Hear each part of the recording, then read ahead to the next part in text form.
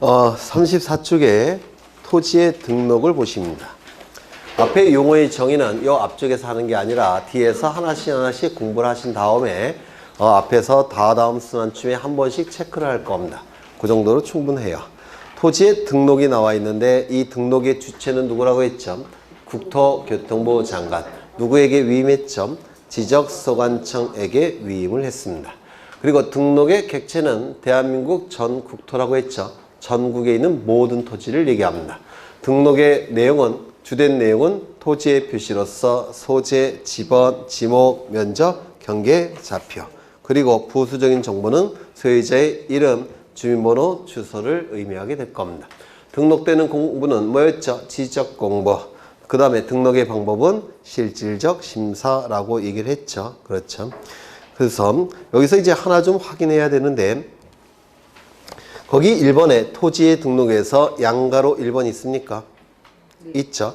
그 1번에서 국토교통부 장관 꼭 기억해 두셔야 되고 옆에 모든 토지라는 문구도 기억해 두셔야 돼요. 전국에 있는 모든 토지니까 누가 주체가 됩니까? 국토교통부 장관. 그런데 시군구별로 시장, 군수, 구청장에게 위임했다고 했죠. 그러면 시장, 군수, 구청장은 즉 지적소관청은 관리하는 토지가 있겠죠. 그러면 모든 토지라고 한다면 국토교통부 장관이 나와야 됩니다. 하지만 관리하는 토지 또는 시군구별로 이런 표현이 나오면 국토교통부 장관이 아니라 누가 나와야 되겠습니까? 지적소관청이. 그래서 국토교통부 장관 밑줄, 모든 토지 밑줄. 요 대꾸관계를 꼭 기억하셔야 돼요. 왜냐하면 워낙 많이 출제가 됐습니다. 네모안 넣기도 출제가 되고 가로안 넣기도 출제되고 그 다음에 뭐 오지선다로도 출제가 되고 워낙 많이 출제가 됐으니까 꼭 기억해 두셔야 됩니다. 두 번째, 우리나라는 자본주의 사회니까 원칙적으로 소유자에게 등록의 신청 권한을 준다고 했죠. 그래서 소유자가 신청함이 원칙입니다. 다만 소유자가 일정한 기간 동안 신청하지 아니할 때 마냥 기다릴 수는 없습니다. 왜냐하면 자본주의 사회이니까 소유자에게 신청권을 우선적으로 부여하지만 이 토지에 관한 정보는 국가가 통치권 행사를 위해서 수집하는 정보들입니다.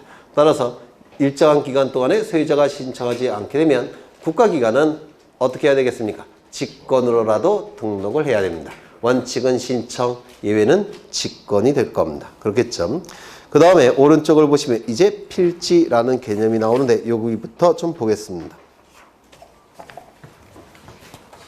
아까 했던 거예요.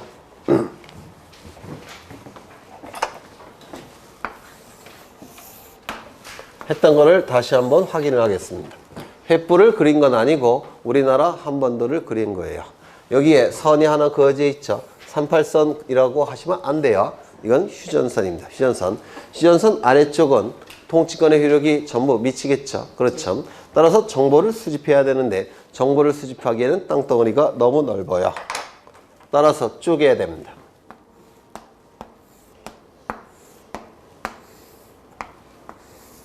이렇게 쪼개진 하나를 뭐라 불렀습니까? 지번부여 단위지역. 줄여서 지번부여 지역이라고 부릅니다. 왜 지번부여 단위지역, 지번부여 지역이라고 부르냐면 이 지번은 토지의 번호란 뜻이죠. 대한민국에는 토지가 필지의 개수, 토지의 개수가 몇 개가 있을까요? 4천만 개 정도가 돼요. 그렇게 많은데 왜 제 건 없을까요? 정말 짜증나는데. 아니 공정한 사회라고 한다면 우리나라가 어른이 한 2,500, 그러니까 선거권자가 2,500만 정도가 되니까 여러분이나 저나 한 필지 정도는 있는 게 정상 아닐까요? 그렇죠. 근데 없어요. 누가 다 갖고 있는지 모르겠는데 여튼 공정하지 않은 세상이니까 법지적 단계겠죠. 근대국가 단계. 그렇겠죠. 그러면 4천만 필지 정도가 되는데 거기다 번호를 부여하면 맨 앞에 있는 토지의 지번은 1번지겠죠. 마지막은 몇 번지일까요? 4천만 번지가 될 겁니다. 맞아요. 그러면 4천만 번지라는 숫자는 이거 표기를 하면 공이 도대체 몇 개나 나오겠습니까? 너무 큰 숫자죠. 따라서 이렇게 큰 숫자가 나오면 관리가 힘들어져요. 그러면 지번이 그렇게 큰 숫자가 나오지 않도록 하기 위해서는 먼저 쪼갠다는 겁니다.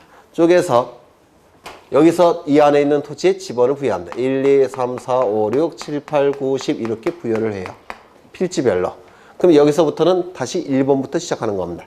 1, 2, 3, 4, 5, 6, 7, 8, 9, 10 이런 식으로 시작을 해요. 그럼 여기도 1, 2, 3, 4 이렇게 시작하겠죠. 그 다음에 여기서도 1, 2, 3, 4 이렇게 시작하겠죠. 그러면 필지별로 이 지역별로 지번을 부여하게 되면 4천만 번지라는 큰 숫자는 나오겠습니까? 안 나오겠습니까? 안 나오게 돼요. 그래서 요 지번 부여 지역별로 지번을 부여하라는 겁니다. 즉 동과 리별로 지번을 부여하라는 겁니다. 그래서 요 네모칸 하나가 바로 지번 부여 지역 이렇게 이름이 붙은 겁니다. 이거 이해가 되실까요? 안 되셔요? 되시죠?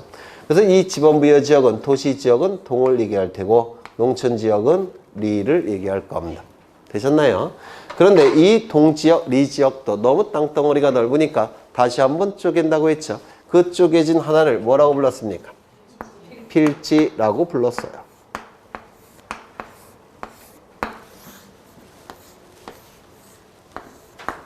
한필지 토지라고 불렀습니다. 이 토지에 관한 정보가 수집이 될 겁니다. 수집되는 방법은 두 가지가 있죠. 뭡니까? 소재, 지번, 지목은 조사, 면적, 경계, 좌표는 측량을 통해서 수집할 겁니다. 조사와 측량을 통해서 수집할 겁니다. 이 수집된 정보는 지적공부라는 공적인 장부에 토지 표시에 관한 정보와 소유자에 관한 정보가 등록이 될 테고, 그리고 등록된 정보는 지적소관청에 의해서 관리가 이루어질 테고, 궁극적으로는 주권자인 국민에게 그 정보는 공시가 될 겁니다. 이를 지적제도라고 부르고, 이 지적제도에 적용되는 법률을 공간정보의 구축 및 관리에 관한 법률이라고 불렀습니다. 되셨을까요? 이때 이 필지라는 개념이 뭐라고 했습니까? 필지. 지적공부에 등록되는 토지의 단위, 이를 필지라고 부르고요. 이 필지는 자연적으로 발생한 것이 아니라 사람이 선을 그어서 만든 겁니다. 맞아요. 따라서 이건 인위적으로 나타나는 것이지 자연적으로 발생하는 게 아니라는 겁니다. 인위적이라는 단어에 유념하셔야 돼요. 사법시험 민법에서도 한번 출제된 적이 있는 용어예요. 인위적. 그러면 이 필지의 개념을 보셨는데요. 지적공부에 등록되는 토지의 단위로서 인위적으로 그어진 개념이다. 이게 개념입니다. 그러면 두 번째, 이 필지는 성립 요건이 6가지가 존재합니다. 성립 요건 6가지 뭐가 있죠? 첫 번째, 지번 부여 지역이 동일할 것. 두 번째, 소유자가 동일할 것.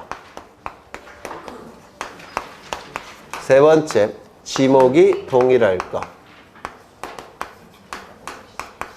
네 번째, 집안이 연속적일 것. 다섯 번째, 축척이 동일할 것. 여섯 번째, 등기 여부가 동일할 것. 꼭 외우셔야 돼요. 그래서 이렇게 외운 적이 있습니다. 지, 소, 지, 축 등 이렇게 외우신 적이 있습니다. 그러면 나머지는 전부 다 설명을 했고요. 이제 요 세 번째를 설명을 드릴 거예요. 지목이 동일할 것. 이 지목은 토지의 사용 목적을 지목이라고 부릅니다. 토지의 사용 목적을 줄여서 지목이라고 부릅니다. 지금 이 토지는 토지의 사용 목적이 뭐냐면 논농사 용도의 토지입니다. 논농사 용도, 논농사를 목적으로 하는 토지입니다. 그러면 이 논농사 목적의 토지는 지목이 뭐냐면 논답자를 써서, 이게 논자가 되나? 논농사 용도의 토지는 논답자를 써서 지목은 답으로 등록을 해요. 답. 여기에 뭐로 등록한다고요? 답으로 등록을 합니다. 지목을 답으로 등록을 합니다. 그런데 논농사를 짓기 위해서는 반드시 주변에 관계수로가 있어야 돼요. 논농사를 하기 위해서는, 벼농사를 하기 위해서는. 왜요? 이 벼농사는 밑이 항상 찰랑찰랑 차 있어야 되죠. 물이. 그래서 주변에 관계수로가 있어야 됩니다. 주변에 관계수로가 이렇게 있어야 돼요. 그러면 이걸 관계수로라고 하는데, 비가 많이 오면 어떻게 할까요? 물을 뽑아내야 됩니다. 맞아요. 물을 뽑아내지 않고 벼가 물에 잠기게 되면 벼가 썩어 들어갑니다. 쌀을 수확할 수 있겠습니까? 없겠죠. 또는 가뭄이 들면 어떻게 해야 될까요? 물을 공급해야 됩니다. 물을 공급하지 않으면 벼의 뿌리가 타들어갑니다. 따라서 주변에 관계수로가 반드시 필요한데요. 그 관계수로의 역할을 하는 게 뭐냐면 또랑입니다. 또랑이 관계수로의 역할을 해요. 그럼 이 또랑은 지목이 뭐냐면 또랑 구자와 또랑 거자를 써서 국어라는 지목입니다. 국어라는 지목이에요. 그러면 한 필지 안에 두 개의 용도가 있죠. 뭐가 있습니까? 논농사 용도, 또랑의 용도. 한 필지 안에 두 개의 용도가 있습니다. 그러면 지목이 다 다르니까 여기다가 또랑 이렇게 국어 이렇게 써야 되느냐? 이렇게 써야 되느냐? 그렇게 쓸 수는 없다는 겁니다. 그게 지목이 동일할 것 이런 뜻입니다. 요게 왜냐면 이 지목이 동일하다는 얘기는 용도가 다른 부분이 한 필지 안에 존재한다 하더라도 용도가 다른 부분이 한 필지 안에 존재한다고 하더라도 지적 공부에 등록할 때는 동일한 지목으로만 등록할 수 있다는 겁니다. 이거 이해가 되실까요? 다시요. 한 필지 안에 용도가 다른 부분이 존재할지라도 지적 공부에 등록되는 지목은 동일한 지목으로만 등록할 수 있다는 겁니다. 한 필지 전체를 하나의 같은 지목으로만 등록할 수 있다는 겁니다. 이것을 용도가 동일할 것 이렇게 얘기를 해요. 그런데 이걸 멋있게 표현하면 이렇게도 표현할 수 있습니다. 한 필지가 지적 공부에 등록이 될 때는 하나의 지목으로만 등록할 수 있다는 겁니다. 이게 용도가 동일하다는 뜻이에요. 일필일목의 원칙 이렇게도 얘기합니다. 한 필지가 지적 공부에 등록이 될 때는 하나의 지목만 등록할 수 있다는 원칙. 일필일목의 원칙 이렇게도 표현할 수가 있습니다. 그러면 한 필지가 지적 공부에서는 하나의 지목만 등록할 수 있으니까 둘 중에 하나를 선택해야 될 겁니다.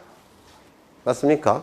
그 선택하는 방법은 주지목 추정의 원칙 또는 주용도 추정의 원칙에 따라서 선택을 하는 겁니다.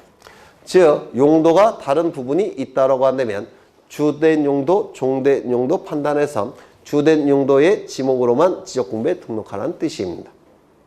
이거 이해가 되실까요? 그래야지만 일필일목의 원칙을 달성할 수 있게 됩니다.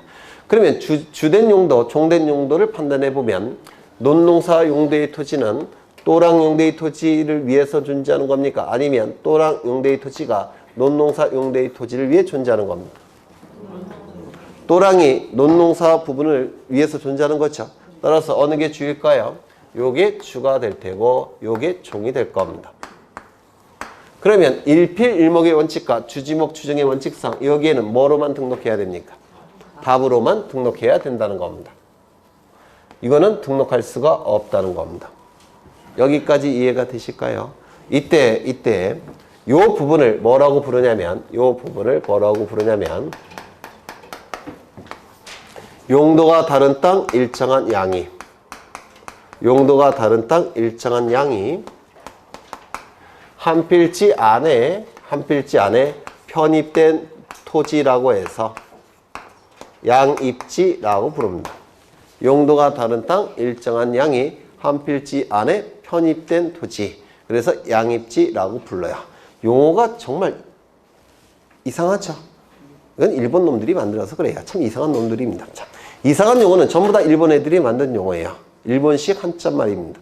양입지. 용도가 다른 땅 일정한 양이 한 필지 안에 편입된 토지. 양입지라고 불러요. 그럼 이 양입지 분명히 용도가 토지 위에는 존재하죠. 하지만 지적 공부에는 이게 공시가 됩니까 안 됩니까? 지목이 공시가 안 돼요. 그 공시가 안 되는 부분이 바로 양입지라는 겁니다. 용도가 다른 땅 일정한 양이 한 필지 안에 편입된 토지. 양입지라고 불러요. 이 양입지와 관련해서는 두 군데에서 출제가 이루어지는데요. 첫 번째, 양입지가 되기 위한 요건과 두 번째, 양입이 될 수 없는 토지, 양입이 제한되는 토지. 이 두 군데에서 출제가 이루어집니다. 요게 훨씬 중요하긴 한데 이것도 요즘은 워낙 많이 출제가 됐으니까 요것도 출제를 합니다. 요건도 출제가 돼요. 그래서 요건과 제한을 암기하셔야 되는데 요건 3가지가 있습니다. 책에 다 있어요. 이 요건은 따로 외우지 않으셔도 이 그림만 떠오르시면 당연히 골라낼 수가 있어요. 첫 번째. 요쪽은 주된 용도의 토지고 요쪽은 종된 용도의 토지죠. 이때 종된 용도의 토지는 주된 용도의 토지를 위해서 존재하는 거죠. 따라서 첫 번째 요건은 주된 용도의 토지의 편익을 위해 설치된 토지일 것. 주된 용도의 토지의 이익을 위해 설치된 토지일 것. 이게 첫 번째 요건이에요. 거기 나와 있죠. 책에. 주된 용도의 토지의 편익을 위해 설치된 토지일 것. 두 번째 요건은 이게 만약에 떨어져 있다고 한다면 이게 한 필지 안에 들어가겠습니까? 안 되겠죠. 따라서 주된 용도의 토지와 양입지인 종된 용도의 토지는 딱 붙어 있어야 돼요. 이거 이해가 되셔요? 그래서 두 번째 요건은 주된 용도의 토지에 둘러싸이거나 접속된 토지일 것. 이게 두 번째 요건. 붙어 있어야 된다는 뜻이에요.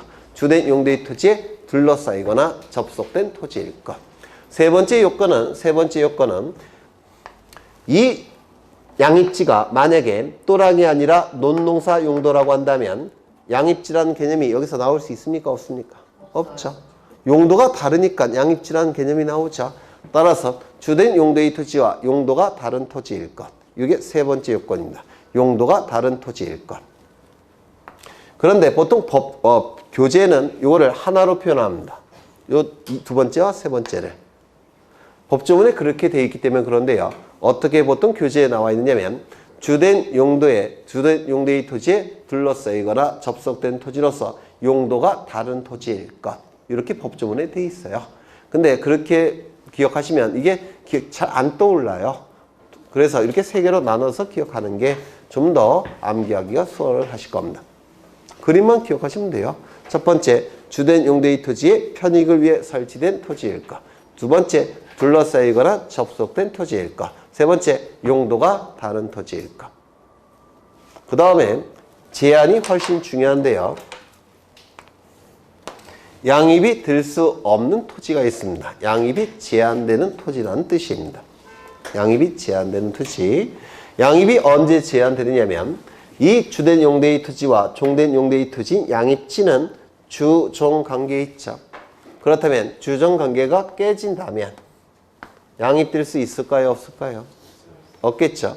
주종 관계가 깨진다면 양입지가 될 수가 없습니다. 즉 종된 지위를 벗어난다면 양입지가 될 수가 없다는 겁니다. 그러면 종된 지위를 벗어나는 경우는 3가지가 있는데 첫 번째, 대지.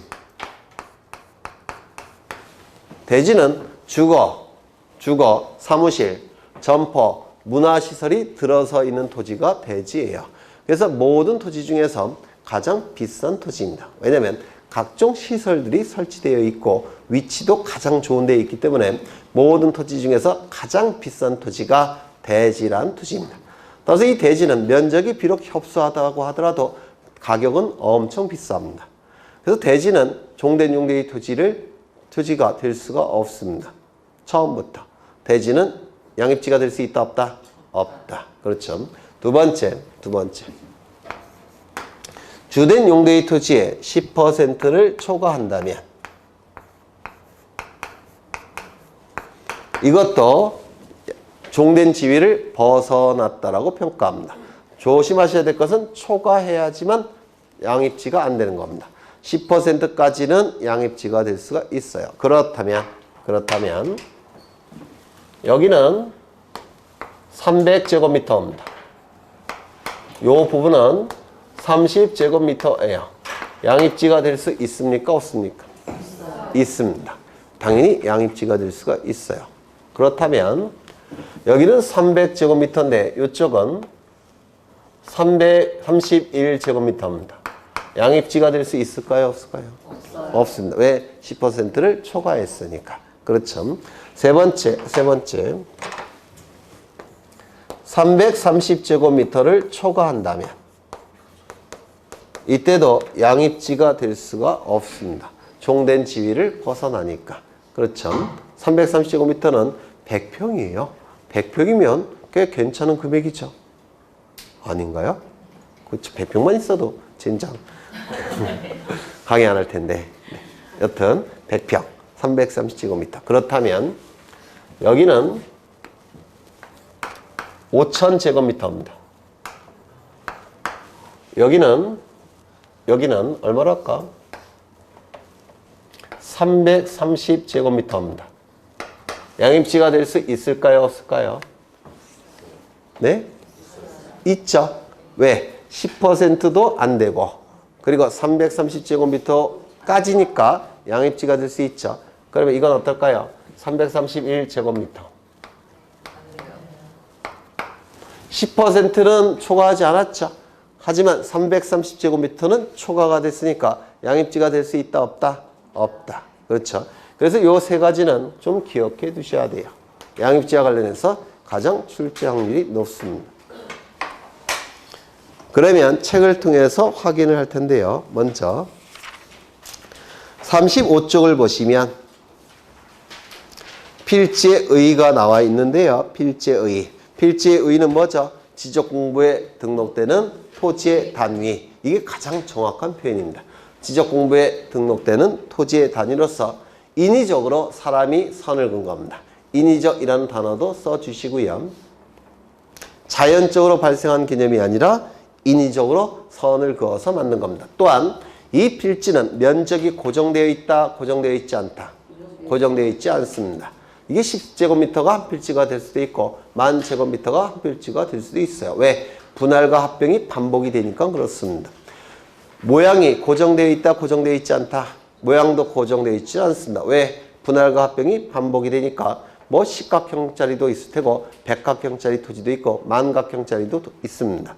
그 다음에 필지의 성립 요건 기계적으로 외우시죠. 지, 소, 지, 지, 축 등 이렇게 외우셔도 되고 여러분 교재 순서에 따라서 두 문자 따서 따로 만드셔도 괜찮아요. 저는 20년 동안 이 두 문자를 썼기 때문에 제가 바꿀 수는 없고 여러분이 바꾸셔도 돼요. 그 다음에 양입지라는 개념이 나오는데 양입지 거기 책에 잘 나와 있는데 책대로 해도 되고 그냥 요 한 점만 풀으셔도 돼요. 용도가 다른 땅 일정한 양이 한 필지 안에 편입된 토지 입자입니다. 편입할 때 그 입자예요. 양입지라고 되어 있고요.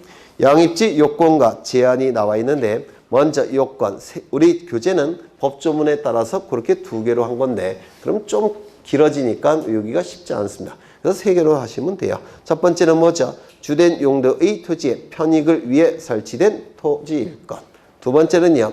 주된 용도의 토지에 접속되거나 둘러싸인 토지일 것. 세 번째는 다른 용도로 사용되는 토지일 것. 이렇게 세 가지로 나누시면 오히려 좀 더 쉬울 것 같아요.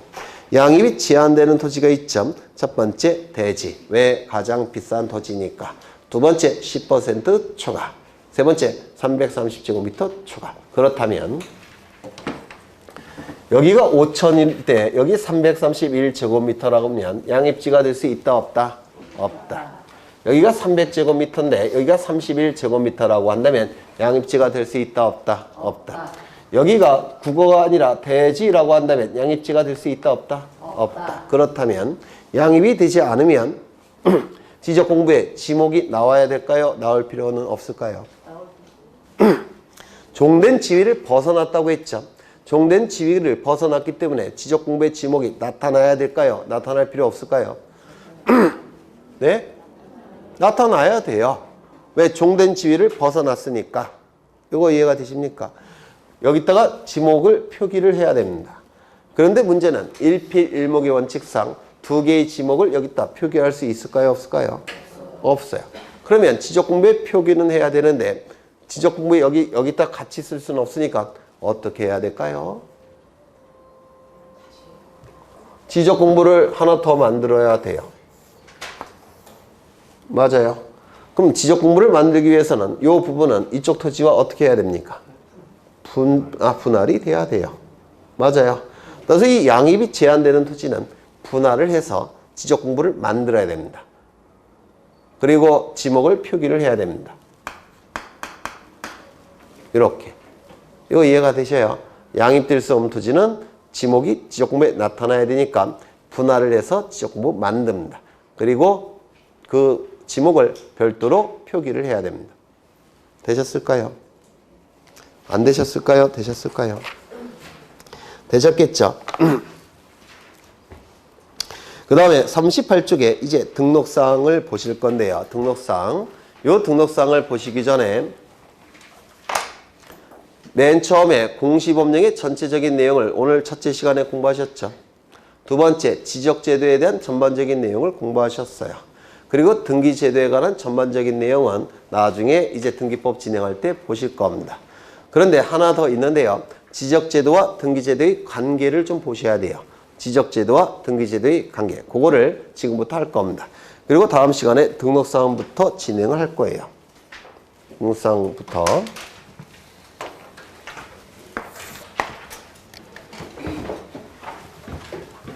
여기 한 필지 토지가 존재합니다.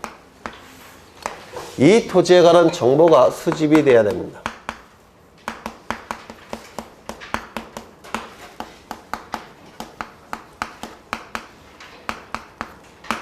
이 정보가 수집이 되면 두 개의 공적인 장부를 통해서 공시가 이루어져요. 두 개의 공적인 장부. 하나는 뭘까요? 네? 뭐예요? 지적공부. 또 하나의 장부는 뭘까요? 네? 등기부. 토지 등기부. 요즘은 등기 기록이라는 용어를 더 많이 씁니다. 이때 이 지적공부는 공시되는 내용은 뭐죠? 토지의 표시. 토지의 표시가 주된 정보로 공시가 되고 소유자의 이름, 주민번호, 주소가 공시가 될 겁니다. A라는 사람의 이름, 주민번호, 주소가 공시가 될 겁니다. 이 지적공부를 작성하고 관리하는 주체는 누구일까요? 지적소관청. 소속은 어디일까요? 행정부예요. 대통령을 수반으로 하는 행정부 소속입니다. 또 하나의 장부는 토지등기부가 되겠죠. 토지등기부 표제부에는 아까 하셨죠. 토지의 표시가 등기가 되겠죠. 그리고 갑구에는 무엇이 등기될까요? 소유자의 이름, 주민번호, 주소가 등기가 될 겁니다. 맞아요? 맞죠? 이 등기부를 작성하고 관리하는 주체는 누구죠? 등기소. 소속은 어디일까요? 사법부. 되셨습니까? 그러면 이 지적공부에 등록되는 토지의 표시사항은 구체적으로 무엇이죠? 소재, 지번, 지모, 면적, 경계, 좌표.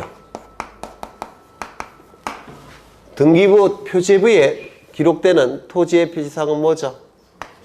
소재, 지번, 지모, 면적, 면적. 여기까지입니다. 지적공부는 이것 때문에 존재하는 정보예요. 토지의 표시가 주된 정보죠. 따라서 토지의 표시는 아주 정밀하게 등록을 해야 되니까 경계와 좌표값도 같이 등록을 합니다.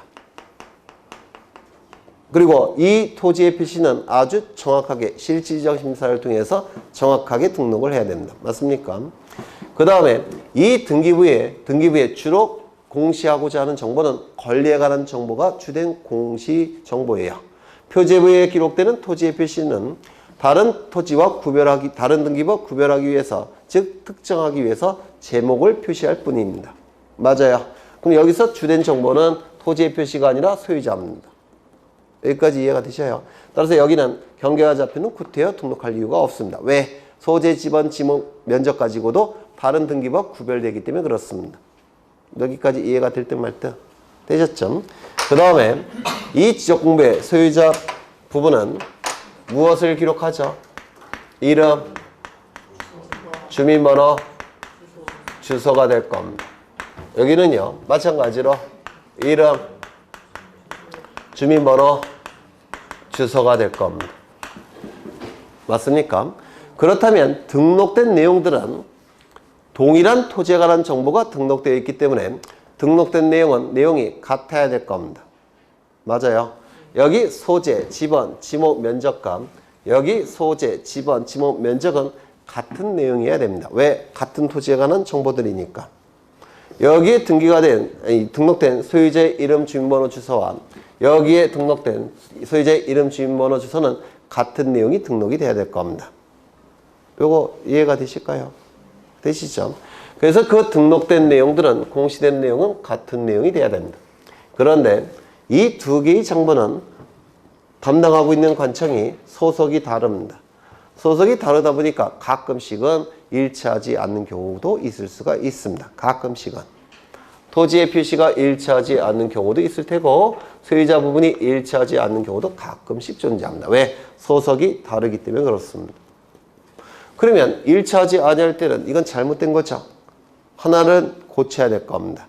그럼 무엇을 기준으로 무엇을 고쳐야 되는지가 문제가 되는데 토지의 표시는 무엇을 기준으로 무엇을 고쳐준다고 했습니까? 이것을 기준으로 해서 이것을 바꾸는 겁니다. 이를 토지의 표시 변경 등기라고 불러요. 토지의 표시 변경 등기. 그 다음에 소유자 부분이 일치하지 않을 때는 무엇을 기준으로 일치시켜야 되겠습니까? 등기부를 기준으로 해서 이 소유자 부분을 고쳐야 되는 겁니다. 지적공부를 고치는 것을 뭐라고 불렀습니까? 정리. 그렇죠. 정리라고 불렀습니다. 그래서 정리를 해줘야 돼요. 그렇다면 여기까지 이해가 되실까요? 그렇죠. 그런데 이런 경우는 어떨까요? 지적소관청이 토지 이동을 결정합니다. 즉 소재, 지번, 지목, 면적과 관련된 토지 이동을 결정해요. 토지 이동이 결정이 됐으면 지적공부에 토지의 표시도 고쳐야 되겠죠. 맞아요. 토지 이동에 의해서 이 지적소관청이 이 토지의 표시 부분을 정리했다는 겁니다. 그러면 정리가 됐으면 여기에 소재, 지번, 지목, 면적이 달라졌죠. 이게 달라졌다면 이것도 어떻게 해야 될까요? 고쳐야 되겠죠. 따라서 지적소관청은 등기소에 이게 달라졌으니까 니네도 고쳐달라고 요구를 해야 돼요. 이걸 뭐라고 부르냐면 변경등기를 촉탁한다 이런 용어를 씁니다. 촉탁은 요청한다, 요구한다 라는 뜻이에요. 이거 이해가 되실까요? 그래서 지적소관청이 토지 이동에 의해서 지적공부를 정리하게 되면 정리된 부분을 등기소에 알려서 등기소에서도 그 부분을 고쳐야 된다는 겁니다. 이게 뭐라고요? 변경등기를 촉탁한다 이렇게 얘기합니다. 그러면 소유자를 정리했을 때는 변경등기 촉탁할까요? 안 할까요?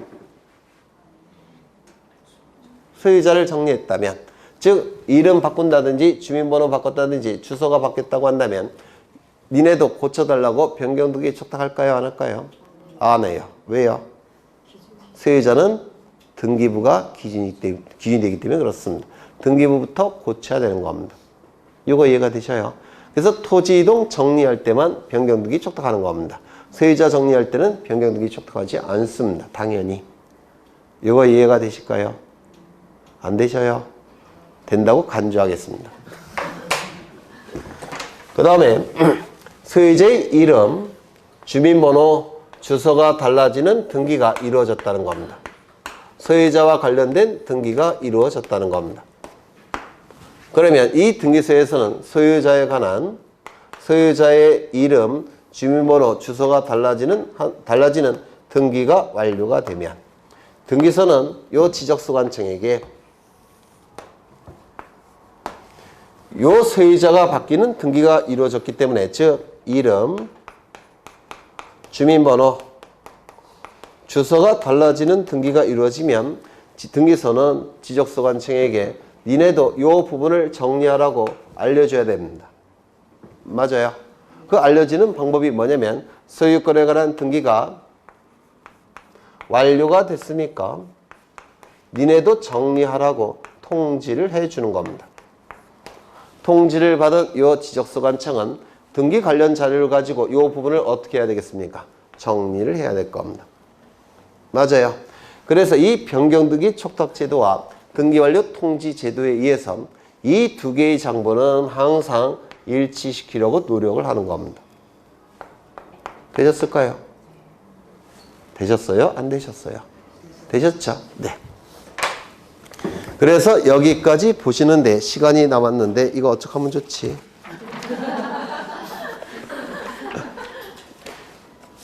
뭐 할 거 없나?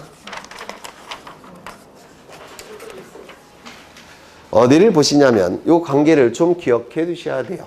이게 옛날에 한 3번 연속으로 출제가 됐는데 3번 다 모든 분들이 틀렸었어요. 왜냐면 그때까지 공부를 어떻게 했냐면 지적제도 따로 등기제도 따로 하는 바람에 이렇게 상호 연관적인 문제가 출제가 되니까 그것도 연속으로 출제했는데 거의 모든 분이 다 틀렸던 내용이에요. 그래서 이거 좀 기억해 두십니다. 그 다음에 하나 더 보시겠습니다. 시간이 좀 남았으니까. 어디를 보시느냐면 31쪽을 보십니다. 31쪽. 찾으셨습니까? 31쪽을 보시면 거기 박스에 연속지적도라는 개념 나옵니까? 연속지적도. 연속지적도는 뭐냐면 이런 뜻이에요.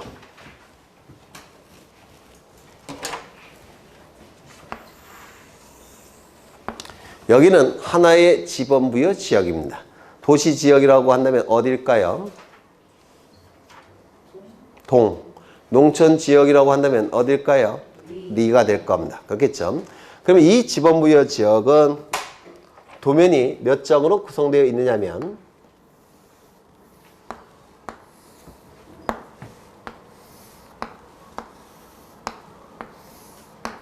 도면의 장수를 한번 세보셔요. 쳐보셔요.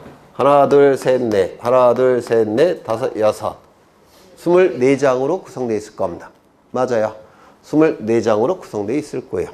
그런데 이 도면은 24장으로 구성된 지적도인데 이게 펼쳐져 있는 상태가 아니라 이렇게 차곡차곡 쌓여 있겠죠. 소관청에. 맞아요.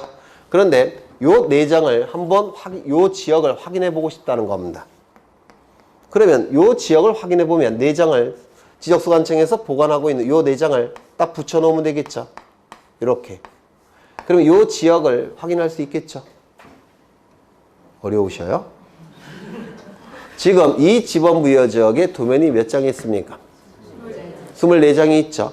그럼 24장은 이렇게 붙여진 상태로 있는 게 아니라 창고에 이렇게 차곡차곡 이렇게 쌓여 있을 겁니다. 맞아요? 그렇죠. 그러면 만약에 이 전체를 한번 쭉 보기 위해서는 어떻게 해야 돼요? 이거 다 펼쳐놔야 되죠. 맞습니까? 그거 다 펼쳐놔야 됩니다. 그러면 일이 복잡해져요. 그렇게 넓은 공간도 없을 테고. 그러면 어떻게 해야 되냐면 연속 지적도라고 해서 요 4장을 한꺼번에 그려 넣는 게 있어요. 한꺼번에. 이게 컴퓨터 파일 형태니까 이게 가능합니다. 그래서 기존의 도면을 컴퓨터 파일 형태로 된 도면을 이렇게 붙여 놓은 겁니다. 그걸 연속 지적도라고 불러요. 연속 지적도. 그래서 이 연속 지적도는 출제가 될 수가 있기 때문에 좀 기억해 두셔야 되는데 거기 첫째 줄을 보시면 지적 측량을 하지 아니하고 요거 밑줄 치시입니다. 기존의 도면을 컴퓨터 파일 형태로 만들어진 도면을 이걸 붙여놓은 것에 불과하니까 연속 지적도를 위해서 측량하지 않습니다. 기존의 도면을 붙인 것에 불과하니까. 무슨 말인지 아시겠죠? 그래서 지적 측량을 하지 아니하고 밑줄 치시고요. 그 밑에 보시면 측량에 활용할 수 없는 도면 밑줄 치십니다. 연속 지적도라는 도면을 가지고 측량에 활용할 수는 없습니다. 밑줄 치셨습니까? 치셨어요? 네. 여러분은 신뢰할 수 없으니까 없는에 동그라미 치십니다. 없는. 있는이 아니라 없는. 그러면 연속 지적도를 가지고 왜 측량을 활용할 수 없냐면 보통 지적도나 임야도는 측량에 활용할 수 있어요. 근데 연속 지적도는 측량에 활용할 수가 없습니다. 그 이유는 법적인 효력이 있는 지적 공부가 아닙니다. 법적인 효력이 있는 지적 공부는 총 8개밖에 없어요. 뭐가 있죠? 토지대장, 임야대장, 공유지역명부, 대지권등록부, 지적도, 임야도, 좌표등록부, 정보처리 시스템을 통하여 기록 저장된 형태의 지적 공부. 요것만 지적 공부입니다. 요것만. 연속 지적도는 그 안에 있습니까? 없습니까? 없죠. 따라서 법적인 지적 공부가 아니기 때문에 측량에 활용할 수 있다 없다? 없다. 이거 되셨을까요? 하나 더 보실 건데 어디를 보시냐면 33쪽을 보십니다. 33쪽에 참고가 아니라 그 밑에 1번에 지적 확정 측량이라는 단어가 있습니까? 이건 대단히 중요해요. 이거는 참고가 아니라 중요합니다. 지적 확정 측량. 그러면 지적 확정 측량은 무슨 뜻이냐면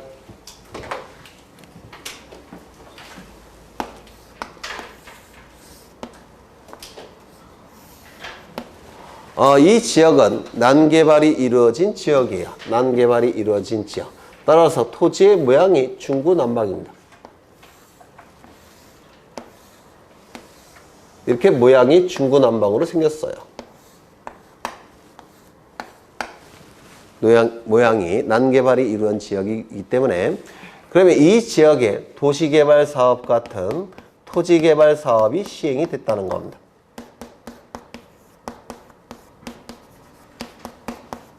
그러면 도시개발 사업 같은 토지개발 사업이 이루어지게 되면 이 지역은 토지의 모양이 바뀝니다. 어떻게 바뀌느냐면 바둑판 모양으로 바뀝니다. 깔끔하게.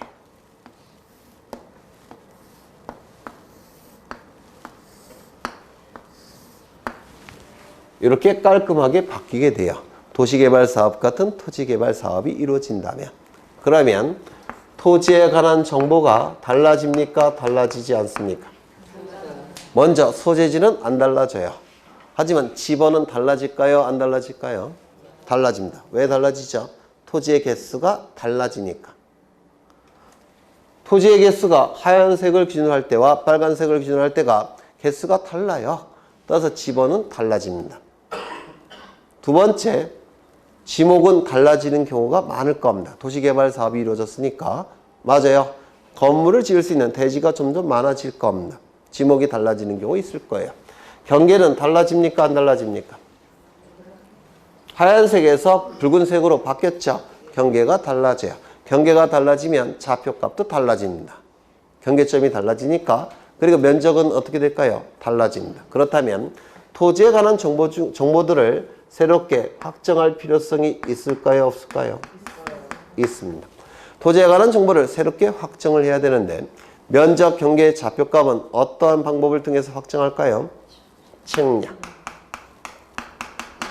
이때 하는 측량이 바로 지적 확정 측량이라고 부릅니다. 도시개발 사업 같은 토지개발 사업이 이루어지게 되면 토지에 관한 정보를 새롭게 확정해야 되고 이때 면적, 경계, 좌표값은 측량을 통해서 확정해야 되는데 이때 하는 측량이 뭐라고요? 지적 확정 측량이라고 불러요. 그래서 토지개발 사업이 이루어지면 지적 확정 측량이 반드시 따라갑니다. 이거 나중에 써먹어야 돼요. 다음 주에 써먹어야 됩니다. 좀 기억해 두셔야 되고요. 하나 더 보겠습니다. 31쪽을 보십니다. 지금 보고 있는 거는 뒤에 잘 안 나오는 거예요. 근데 시험에 나올 가능성이 있기 때문에 따로 좀 보는 겁니다. 이번에 지적소관청이라는 단어 있습니까? 지적소관청. 지적, 토지정보. 소는 담당, 관청은 행정관청이죠. 지적소관청이라고 얘기합니다.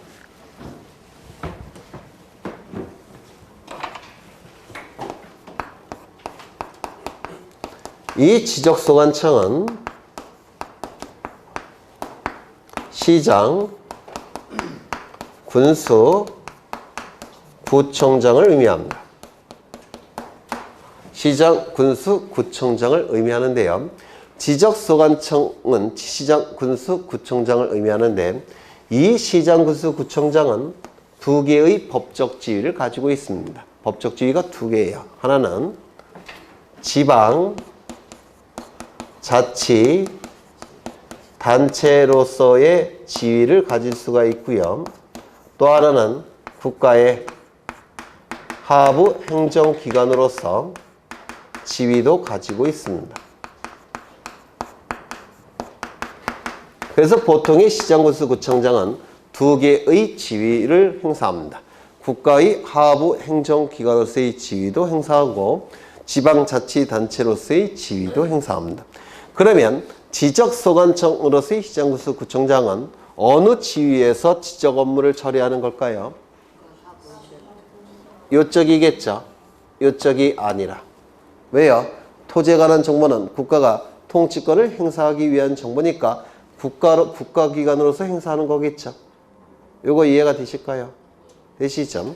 그런데 문제가 있습니다. 뭐냐면 요 구청장이 문제예요. 이 구청장은 두 가지 종류가 있는데요. 자치구청장도 있고 비자치구청장도 있습니다.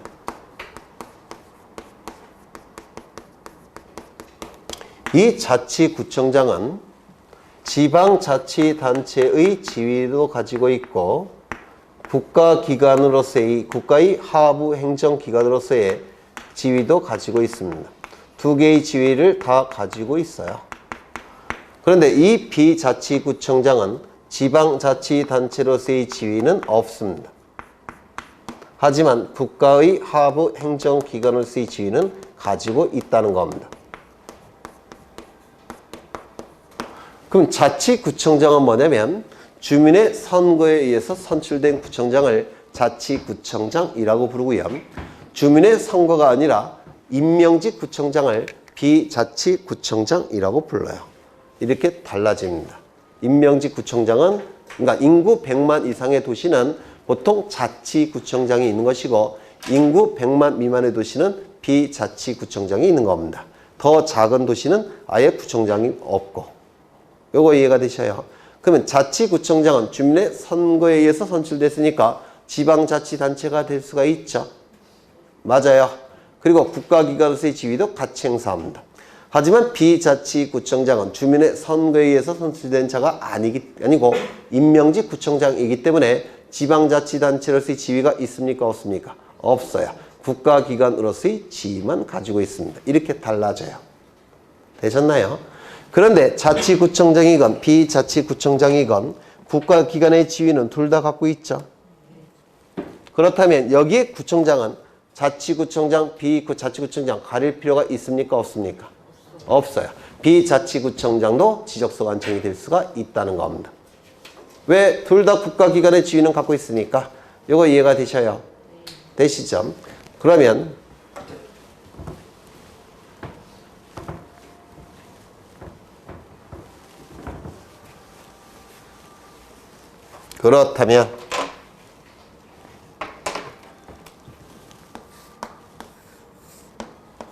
여기는 갑이라는 시입니다.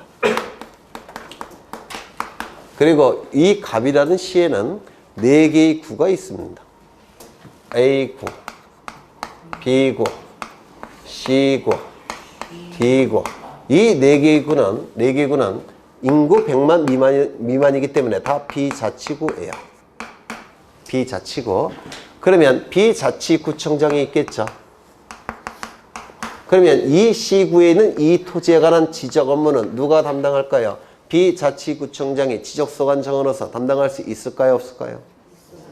네? 있어요. 왜요? 국가기관으로서의 지위는 가지고 있죠. 따라서 지적 업무를 담당할 수가 있습니다. 그러면 비자치구가 있는 시의 시장은 지적소관청이 될 수 있을까요? 없을까요? 이 토지에 대한 지적소관청이 될 수 있을까요? 없을까요? 얘는 지적소관청이 됩니까? 안 됩니까? 된다고 했죠? 그럼 얘는 지적소관청이 될까요? 안 될까요? 만약에 얘도 지적소관청이고 얘도 지적소관청이면 업무에 충돌이 나타납니다. 왜? 지적소관청이 둘이 나타나니까. 맞아요. 그럼 얘가 지적소관청이라고 한다면 얘는 지적소관청이 될 수 있다 없다? 없습니다. 지적소관청이 될 수가 없어요. 비자치구청장만 지적소관청입니다. 두 번째, 얘는 자치구입니다. 그리고 자치구청장이 존재합니다. 지적소관청이 될 수 있습니까? 없습니까? 이 토지에 관한 지적 업무에 대해서. 있죠. 왜? 국가기관의 지위가 있으니까.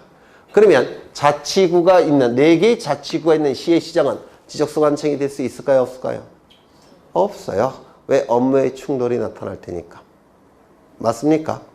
그래서 구가 있는 시의 시장은 지적소관청이 될 수가 없습니다. 왜? 구청장이 지적소관청이기 때문에 그래요. 요거 이해가 되실까요? 그렇다면 이놈의 시장은 누굴 얘기할까요? 부가 없는 시의 시장을 얘기합니다. 부가 없는 시의 시장. 요거 이해가 되시나요? 부가 없는 시의 시장을 얘기하는 겁니다. 그러면 강명시장님은 지적수관층이 됩니까? 안 됩니까? 왜요? 강명시는 구가 있나요? 없죠. 그러면 혹시 고양시라는 거 들어보셨습니까? 고양시는 시장은 지적수관층이 될까요? 안 될까요? 안 돼요. 거기는 구가 3개나 있습니다. 물론 비자치구 내. 그러면 서울시는 서울시장은 지적수관층이 될까요? 안 될까요? 안 돼요. 부천시장은 지적수관층이 될까요? 안 돼요. 부천시도 구가 없어요. 없어졌대요. 과천시는요? 지적수관층이 될까요? 안 될까요? 시장은? 과천시도 구가 없어요. 그러면 여러분이 확실히 아는 서울시장님은 안 되겠죠. 그래서 이 시장은 구가 없는 시의 시장을 얘기하는 겁니다. 그래서 용어의 정의에서 좀 어려운 걸 몇 가지 확인했습니다. 뭘 확인했냐면 연속 지적도, 지적소관청, 지적 확정 측량 이 3가지를 확인했고요. 오늘은 여기까지만 보겠습니다. 다음 시간에는